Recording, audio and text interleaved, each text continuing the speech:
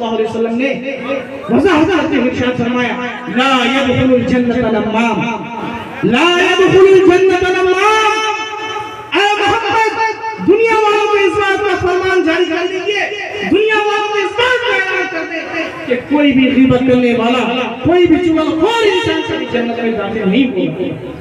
जरा सोचिए, हम और आप मुसलमान हैं, हम और आप अपने आप को ईमान वाले कहते हैं, लेकिन अगर हमारा और आपका नाम जो है उस फहरिस्त में नहीं होगा, जो मुसलमानों का दर्जा होना चाहिए, मुसलमानों की जो इज्जत और एहतराम होनी चाहिए, अगर उस मकाम और मर्तबा में हम और आप नहीं है, तो जरा सोचिए, कोई इंसान किसी के सामने आने वाला नहीं है। हम और आप मैदान महशर में जमा किए जाएंगे, जिस बीवी और बच्चे के खातिर हम और आप दिनों रात जान और माल की बाजी लगाकर, अपने जिस्म की बाजी लगाकर हलाल और हराम की तमीज नहीं करते। हमारे पास जो पैसा आता है वो हराम है या हलाल है उसकी परवाह नहीं करते हैं, फिर भी उसका पेट भरने के लिए हम और आप हमारे तैयार रहते हैं, हर वक्त तैयार रहते हैं।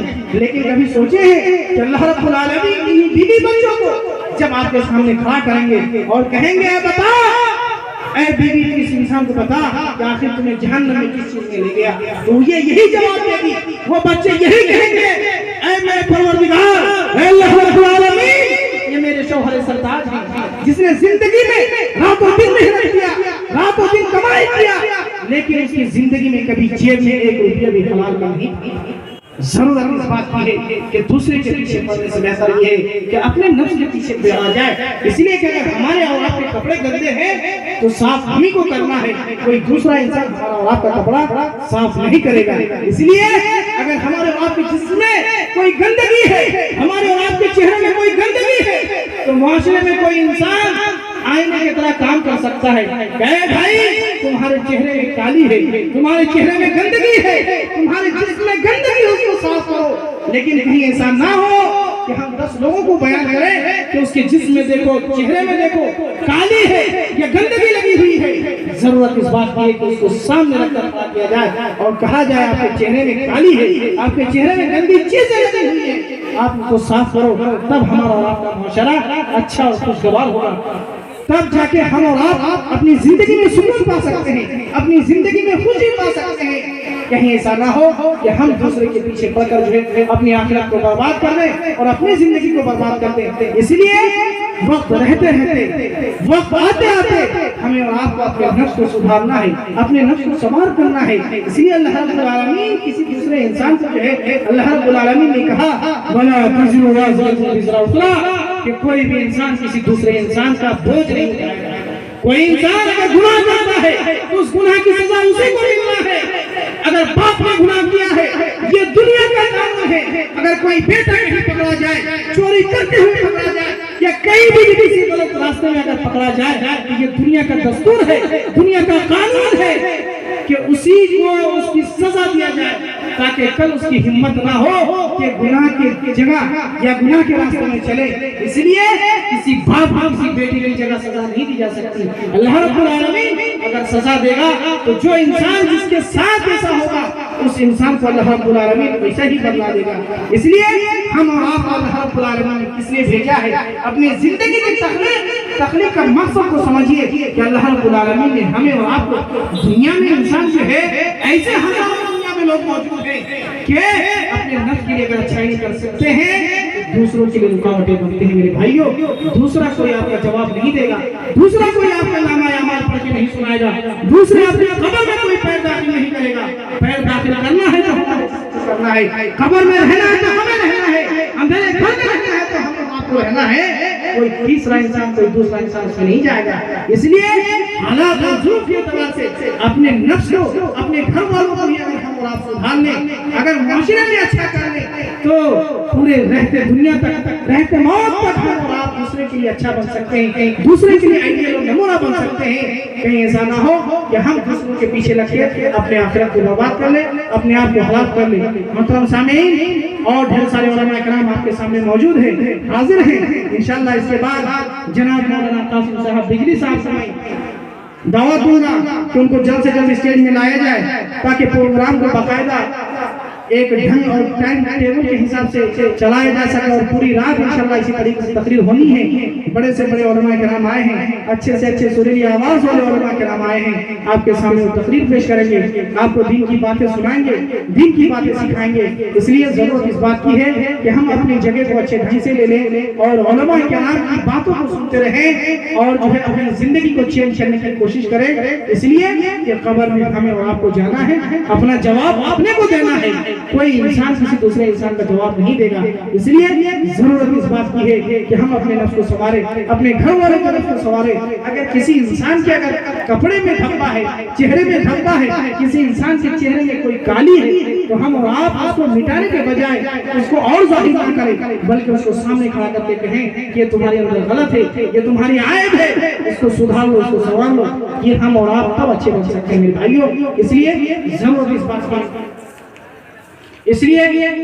बात की है कि हम और आप अपने नफ्स को बनाएं। इसलिए अल्लाह रब्बुल आलमीन ने कहा अल्लज़ी खलक़ल मौत वल हयात लियब्लुवकुम अय्युकुम अहसनु अमला। ऐ लोगों, तुमने जो हमें मौत जिंदगी दिया है, तुमने जो हमें पैदा किया है, तुम्हें पैदा करने का मकसद यही है कि तुम अल्लाह रब्बुल आलमीन के सामने जब हाजिर किए जाओ, अल्लाह रब्बुल आलमीन के सामने जब तुम हाजिर किए जाओगे तो तुम्हारे नामाया अमाल जब तुम्हारे सामने पेश किया जाएगा तो तुम्हीं को उसका जवाब देना है। अल्लाह रब्बुल आलमीन के कब्र के अंदर मुनकर नकीर भी सवाल करेंगे। तो कोई अपना बीवी बच्चा कितना भी प्यारा हो, दुनिया में कितना भी अजीज हो, दुनिया में रहने वाले कितने भी अच्छे हो, दुनिया में बीवी बच्चे कितने भी अजीज हो, कोई आपका और हमारा सवाल और जवाब के लिए कब्र में नहीं उतरने वाला। हालांकि अल्लाह रब्बुल आलमीन दुनिया में फैसला कर दिया है, दुनिया में वाज़ेह कर दिया है कि सवाल आसान है, लेकिन सवाल की तैयारी हमें करनी है, जवाब की तैयारी हमें करनी है।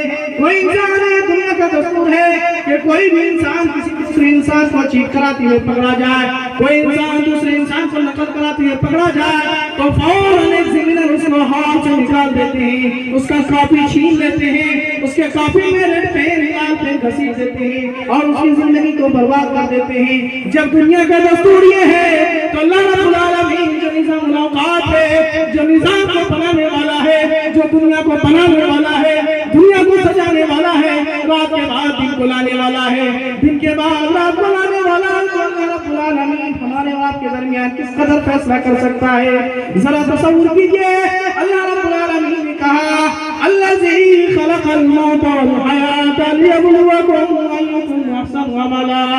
ऐ लोगों, तुम अपने कान खोल कर सुन लो, तुम इस बात को अपने ज़हन में डालो कि हमने जो तुम्हें मौत दी, हमने जो तुम्हें जिंदगी दी है, मैं तुम्हारे इम्तिहान के लिए है। और अल्लाह रब्बुल आलमीन ने सारे इंसानों को वाज़ेह किया कि हर एक इंसान दूसरे इंसान का हिसाब नहीं देगा। जिस तरीके से दुनिया का दस्तूर है, कोई इंसान एग्जाम हॉल में जाता है, अपनी कॉपी अपनी भरता है, कोई इंसान दूसरा स्टूडेंट अपनी कॉपी नहीं भरता। जब अल्लाह रब्बुल आलमीन दुनिया का बनाने वाला, निज़ाम मुलाकात बनाने वाला, आसमान और जमीन को पैदा करने वाला, आसमान और जमीन को बनाने वाला, तो अल्लाह रब्बुल आलमीन का दस्तूर क्या हो सकता है, अल्लाह रब्बुल आलमीन का कायदा क्या हो सकता है, अल्लाह रब्बुल आलमीन का कानून क्या हो सकता है। अल्लाह रब्बुल आलमीन जो भी बात करेगा अपनी शान और शौकत के हिसाब से करेगा, अपने इज्जत और एहतराम के एतबार से करेगा। इसलिए जरूरत इस बात की है, कॉपी आपको दी गई है, जिंदगी का मतलब है कॉपी आपके हाथ में है। और अल्लाह रब्बुल आलमीन ने जो हमें और आपको उम्र दिया है, हमें और आपको 10 साल 20 साल 100 साल जिंदगी दिया है, यही हमारे और आपके हाथ में कलम है, यही हमारे और आपके हाथ में पेन है। उसी पेन से अपनी जिंदगी में अच्छे सामान लिखना है।